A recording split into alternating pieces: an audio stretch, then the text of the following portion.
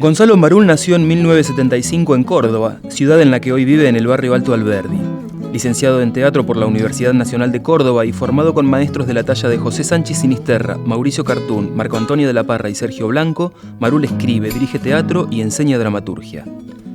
De su máquina de escribir Olivetti color rojo salieron algunas de las más destacadas obras de la dramaturgia cordobesa de los últimos 15 años, entre las que se encuentran Yo maté a Mozart, Tanta alegría, Quinoto Salrum, Le Triple, Pelotero, La gran fleita medieval y W Invasión extraterrestre. Ferviente hincha de Rosario Central, lo apasionan, además del fútbol, la escritura y la docencia, en las que siempre subraya la importancia del contacto con el otro, la fuente interminable de aprendizaje que le suponen las clases de dramaturgia y ese intento desesperado por establecer un vínculo con el espectador, que es esencial en su teatro. La imperiosa necesidad de llegar al otro, el siempre presente compromiso moral y político y el humor que impregna los trabajos de este artesano de la escena han ido conformando una obra con fuerte identidad propia que sobrepasa ya los límites de una dramaturgia regional. Vamos un poquito para la infancia. De chico le leías a tu abuelo, ¿no es cierto? Le leías el diario. ¿Qué significó eso para esa experiencia de la infancia para el dramaturgo que fuiste luego y que sos ahora? Bueno, mi abuelo de chico, cuando yo era chico, mi abuelo se enferma de diabetes. Al principio le cortan las piernas, queda en silla de ruedas, es triste esto, y queda ciego, digamos. La anécdota tiene que ver con eso, digamos. En su ceguera, yo fui el encargado de durante muchísimo tiempo leerle el diario o algún que otro libro, pero de muy chico. Yo te diría que recién ni siquiera estaba aprendiendo a leer, fue una cosa muy espontánea. Pero me parece que lo que más a mí me significó a futuro es ese juego que él me proponía, no solo el juego de leerle las partes del diario, que son algunas muy, muy bizarras, otras muy claras. ¿Era cualquier parte?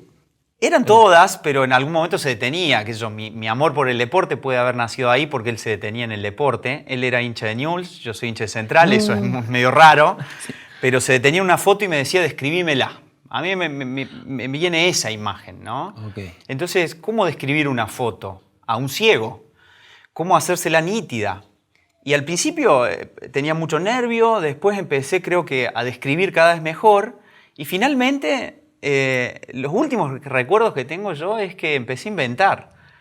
Él me decía, la pelota está entrando al arco y no estaba, era una foto del árbitro y yo le decía, sí, la pelota está entrando al arco. Entonces había una cosa muy extraña ahí que me parece que eso después con el tiempo algo generó. Claro, porque no era solamente descripción, era de alguna manera sacarle un poco más de jugo a esa imagen de lo que tenía y a imaginar a partir de esas imágenes. Totalmente. Cuando nosotros decimos que nuestra materia prima son las imágenes y después la acción, yo creo que nace de ahí.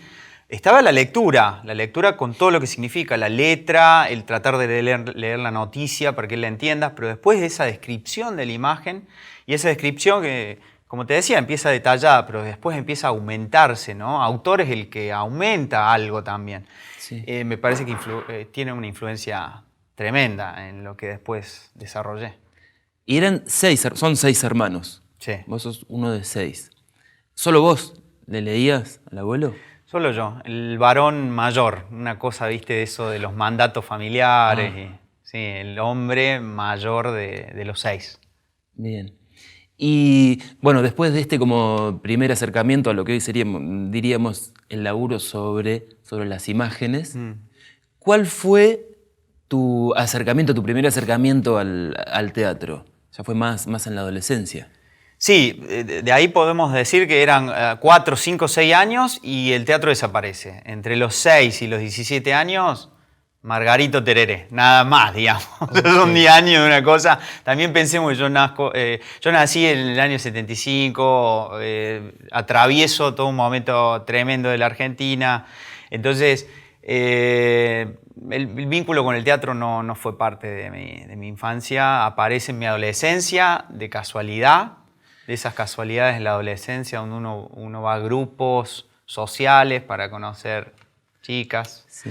Y aparece la idea de hacer una obra y bueno, vos decís, Me meto y llegás tarde a la obra porque la obra ya estaba lista y le rogué al director para que me meta porque había una chica que me gustaba y me mete en un extra total, un bolo de 1 minuto en la obra. Yo entraba, me había puesto el traje, todo para entrar y tenía que decir 2 cosas.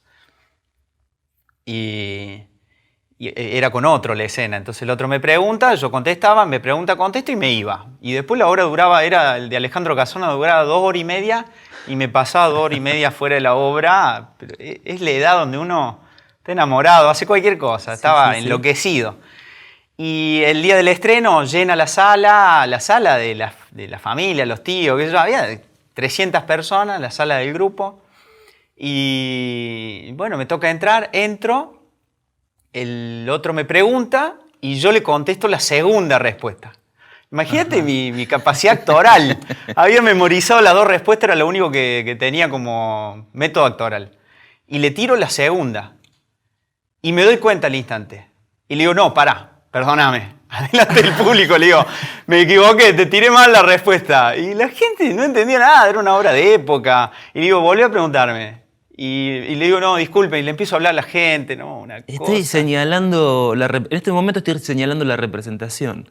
Así, ¿no es Sí, cierto? me adelanté al teatro postdramático. Y rompí todo ahí, la gente se tiraba al piso, el director se tiraba al piso y yo tenía que estar 1 minuto y estuve 10 minutos diciéndole a la gente que disculpen, que yo era nuevo. Bueno, después cuando terminó la escena y salí me di cuenta de lo que había hecho. Había cometido un error. Bien. Y entonces, después de eso, ya la universidad. Sí, porque eso me marcó, digamos, impresionante. En vez de tirarme abajo, de decir esto no es lo mío, a mí me marcó al revés. Me marcó una cosa de esto es lo mío, digamos, puedo fallar, hay algo del error que me terminó agradando. Pero yo había hecho un colegio comercial y me vinculaba muy bien con los números y mi familia creía que yo iba a ser contador o algo por el estilo. Y no, a mí me gustaba mucho el cine. Soy de la época del continuado de la misma película, así que no iba al cole, me iba al cine y me metí y veía la misma película 5 veces, 6, hasta la noche. Sí. Entonces tenía una pasión por el cine. Y cuando terminó, era diciembre de mi 5.º año y tenía que decidir qué hacer y mi familia ya estaba segura de que yo iba a hacer algo vinculado a la administración. Me fui a la universidad, a la Facultad de Cine, a inscribirme. Y cuando vi los requisitos necesitaba una cámara de fotos, que era como importante para la época, y yo no la tenía, y no tenía un mango, y sabía que me iban a matar en mi casa, que yo me iba a meter a estudiar cine. Y bajé la cabeza, tipo el Chavo, y cuando me di vuelta vi un cartel que decía Facultad de Teatro, y ahí no había requisitos. Y dije, ¿y esto debe ser parecido? Si me dejaron cometer el error la otra vez, me meto. Y me anoté. Licenciado en teatro. Me anoté y licenciado en teatro. Y llegamos a 2001, la primera obra, ¿no es cierto? Sí. Yo maté a Mozart. ¿Cómo surgió Yo maté a Mozart? Bueno, el recorrido de licenciado es, yo entré a la facultad y lo primero que me hacían hacer era desnudarme y abrazarme a árboles y yo no sé cómo no desistí de eso. O sí, era lindo, estábamos todos desnudos, era una cosa tan loca que no tenía nada que ver con el teatro, pero tenía que ver algo con una liberación que yo necesitaba. Y en ese recorrido me volví un poco más, me empezó a interesar realmente el teatro, se me empezó a meter en el cuerpo, en la mente y el final de la carrera exigía una cosa muy loca que ya no está más en el plan de estudio, que vos tenías que escribir, dirigir y actuar una obra. Como si el superhombre del teatro era el licenciado en teatro. Sí. Cosa que me parece como equivocada, como yo entiendo hoy el teatro. Y así sale Yo maté a Mozart, digamos. La tuve que escribir, busqué un grupo con el que trabajar y tuve que dirigirla y tuve que actuarla. O sea, era una cosa de especulación tremenda porque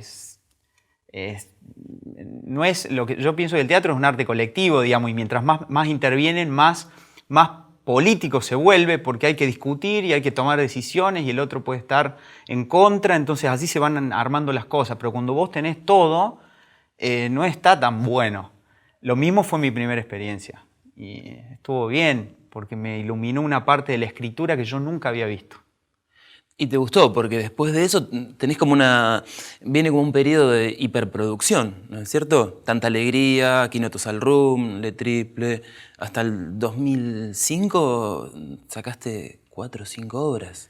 Yo creo que se dio una cosa ahí. Yo me recibo en ese año y descubro ese amor también por esta parte que yo no había visto de la dramaturgia, que después me llevó al guión también. O sea, hay algo ahí que me enamoró. Pero estamos hablando del 2001 en la Argentina. Fin del 2001 fue Yo maté a Mozart. O sea, con eso te digo todo. Sí. La gente que conoce historia argentina puede referenciar qué época. Y paradojalmente parece que en el arte nos volvemos más sólidos en los momentos más tremendos. O sea, en los momentos de crisis es como que salimos con toda a buscar, a crear, a reflexionar. Y entonces el 2002 es el único año de mi vida que yo hice 2 obras en el año. Cosa que para mí es mucho, pero era el año 2002. Y me parece que había algo ahí que yo quería decir. Y me parece que el momento social y político también de la Argentina me ayudó a mí a descubrir mi vocación, que era la escritura teatral y la dirección teatral, que hasta ese momento yo no la había visto. Porque hay en tu producción obras que son escritas directamente sobre la escena y otras que son como a la manera tradicional, del escritor, en su escritorio, en tu caso en una máquina de escribir, en una Olivetti roja, Sí. ¿no es cierto? ¿Cómo llevas eso, la creación con los actores, directamente con los cuerpos, la relación con los cuerpos en la escena y la escritura en soledad? Y la llevo muy bien porque justamente lo que más amo yo del teatro es que sea un arte colectivo, digamos. El teatro a mí me rescata de ser una persona antisocial, encerrada, que no quisiera ver a nadie en el mundo y estaría muriéndome en una cabaña en el medio de la Sierra de Córdoba con un chancho, no sé, como el primer capítulo de Black Mirror, digamos, sí. Un chancho estaría ahí encerrado.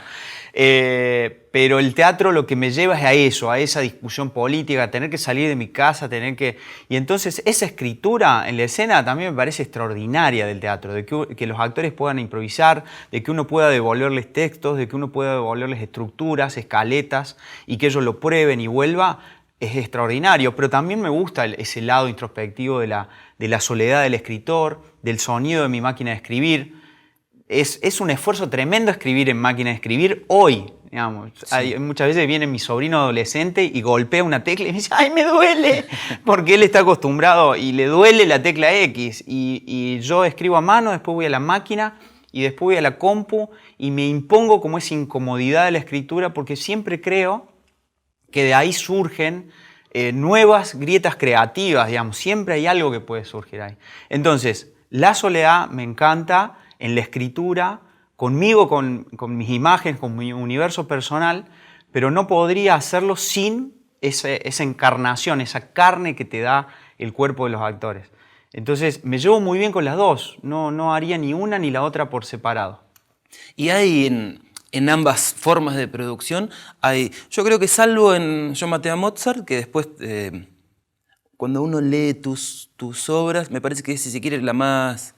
Yo la sentí como un poco fría en relación a las obras posteriores, donde hay, sí, como más patente la presencia del mundo de Córdoba. Y Córdoba es como la gran comedia, es como una comedia en sí misma, pero Córdoba, no la comedia escrita, ¿no? Vos te alquilás, andate a un hostel, date una vuelta por la cañada, sentate en un bar y Córdoba en sí mismo, no por esta noción del humor cordobés, no es por eso, es la ciudad, es una ciudad que tiene... ribetes que son de una poesía absoluta, que yo tomo en el lenguaje del cordobés, que yo siempre repito, digo, no hay nada más lindo que venga un cordobés y te diga estoy más maltratado que revista de peluquería, o tengo el corazón arremangado como funda de salame, digamos. A mí eso es poesía pura, pero también tiene oscuridad, digamos. Tenemos, a nivel político, siempre ha sido una ciudad de mucha oscuridad, muy conservadora. Entonces, esos dos mundos en constante choque, a mí me parece que son una usina tremenda creativa. Yo no me iría nunca de Córdoba porque ahí encuentro mi universo personal constantemente en recambio. Y creo que ese ha sido el crecimiento. También Yo maté a Mozart es fría por esto de los roles. También empecé a encontrar en este arte colectivo el rol.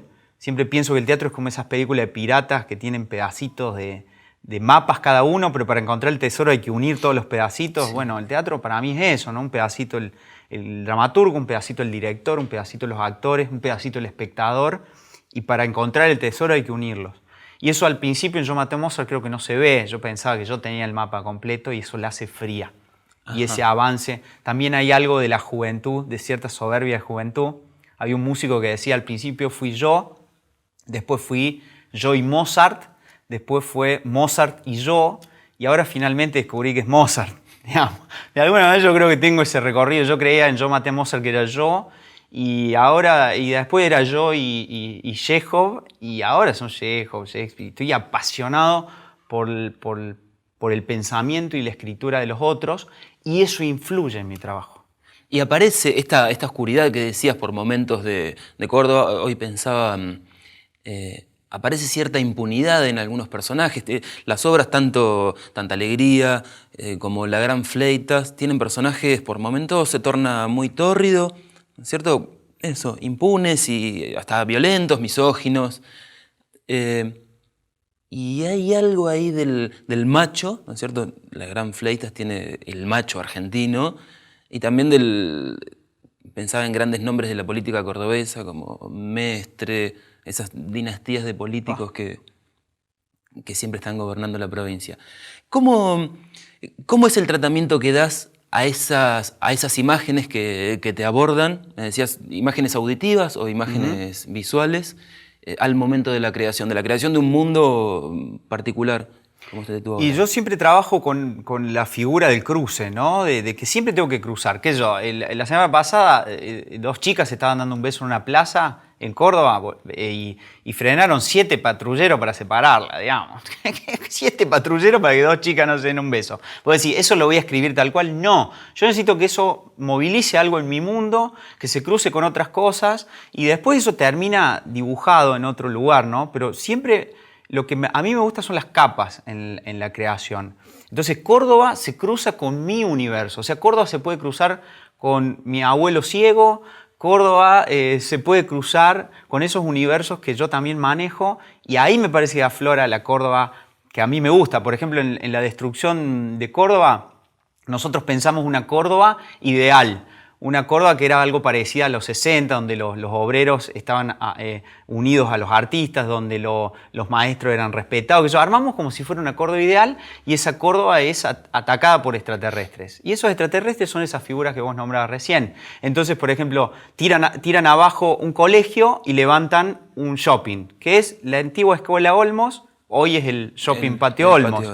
Tiran abajo las librerías y levantan casas de lencería. Y eso es el centro de la peatonal de Córdoba hoy. Tiraron todas las librerías y levantaron. Entonces, de alguna manera, esa Córdoba, a través de la sustitución de la farsa y la metáfora, vamos construyendo un mundo, ¿no? El intendente, que era un tipo respetado, se transforma en un contador de chistes, que fue un intendente que nosotros tuvimos, que era Luis Juez, que la gente lo terminó votando porque sus chistes eran muy divertidos. Entonces, hay todo ese mundo que empieza a ingresar en mi escritura. Sí, y vos trabajás, hay como periodos de juntar esas imágenes, tenés tu propio gabinete de curiosidades, si se quiere, acopio de imágenes. Sí, totalmente. Mi herramienta principal son las listas. O sea, yo encontré en las listas la gran herramienta dramatúrgica en mi mundo, en mi universo. Soy una máquina de hacer listas, de tener listas. Mi casa es una lista, o sea, pongo los famosos imanes en la heladera, son una lista, en mi escritorio es una lista, pero no paro de hacer listas, ¿no? Entonces, por ejemplo, ahora que estoy escribiendo una obra sobre la separación, sobre el amor, entonces hago listas, ¿no? Listas de libros, listas de esto, listas. Y las listas son futuros cruces en potencia. O sea, vos haces una lista y hay algo de imanes en las cosas que vos armás una lista, que se vos ponés lista de las cosas que me parecen bellas, pa. Lista de las cosas que me dan miedo, pa. Y repentinamente lo que te da miedo y lo que te parece bello se funde, y algo que te parece bello te da miedo, y ahí me parece que empieza la creación. Y ahí está este procedimiento de disociación para la generación de mundos muy particulares, como el de Medieval, que de repente cruza un hotel con decoración medieval con un turista suizo, ¿es? Griego. Griego y Klaus Kinski. Sí. Klaus Kinski. ¿Cómo, claro, Y como lo dice así? yo fui a un hostel en Córdoba y viste que en Villa General Belgrano que le dan toda esa onda como el Señor de los Anillos, no sé, porque hacen la fiesta de la cerveza. Pero fui a un hostel que era, la mina que atendía tenía alas, viste, y vos decís, no, mamá, o sea, estaba disfrazada de hada. Y vos decís, hola, dame una habitación. Y tocaban una campana y tenían una onda medieval y te levantaban a cualquier hora y tiraban con el arco y flecha. O sea, le dan como la tónica medieval. Y yo había llevado una novela que se llama Yo Necesito Amor de Klaus Kinski, que es una novela tremenda. Klaus Kinski era una bestia, no solo un gran actor, sino una bestia de todo, y su vínculo con Herzog a mí siempre me fascinó. Y bueno, en esa lectura se cruzaron esos dos mundos y repentinamente no puede ser un cruce caprichoso. Yo tengo que empezar a sacar cosas de Kinski, de un hostel, del medioevo y asociarlas, porque si no las puedo asociar o disociar y cruzar, no se produce, ¿no?, el motor creativo. Hegel decía, avanza aquello que contiene una contradicción. Yo tengo que encontrar algo que una a Kinski con un hostel para que eso pueda moverse, ¿no? Entonces empecé a indagar en el universo de Kinski, empecé a indagar en los universos de los hosteles temáticos y de ahí algo apareció, ¿no? Del medioevo, ¿qué más? Del mundo griego, ¿no? El tipo le dicen currículum y el tipo se excita y acaba, digamos. Entonces el tipo no le pueden decir currículum porque termina. Es horrible que una palabra te haga acabar. O bueno, no sé, qué sé yo, depende de cada uno. Al griego lo matan porque aparentemente viene una lluvia de currículum y el tipo está que no puede más. Y bueno, ahí aparece Córdoba otra vez, digamos. Y ahí el mundo de Marul. Bueno, Gonzalo, vamos con la última pregunta. En tu fantasía de dramaturgo, ¿cuál sería esa obra que todavía no escribiste? Esa que te gustaría escribir. Hacen fantasear al dramaturgo, es muy peligroso, puede pasar cualquier cosa acá. No hace mucho vi una obra plástica que a mí me impactó, que es una obra, creo que se llama Dominio, de Tomás Espina, que los tipos armaron un departamento, íntegramente, o sea, en el medio de un museo armaron un departamento. Con sillón, con todo. Lo rompieron, pero lo destruyeron y lo volvieron a pegar. O sea, el cenicero está vuelto a pegar, las camisas que están colgadas en el placar están todas otra vez cosidas, la cocina está otra vez toda pegada. Y vos entrabas al departamento y decías, un departamento al medio de un museo. No sé, ¿qué es esto? Este arte contemporáneo. Pero te quedabas un ratito y empezabas a ver que estaba algo extraño. Un extrañamiento que te empezaba a atrapar y te dabas cuenta que estaba una cosa rota y la otra y estaba todo roto. Yo quiero escribir una obra que pase eso con el lenguaje.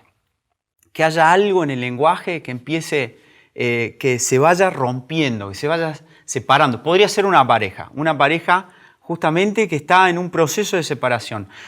Que al final no se separen, pero que lo que se esté rompiendo constantemente sea el lenguaje. No sé cómo, uno se puede romper gramaticalmente, al otro que le falten letras, que le falten vocales, podría jugar con el oblipo,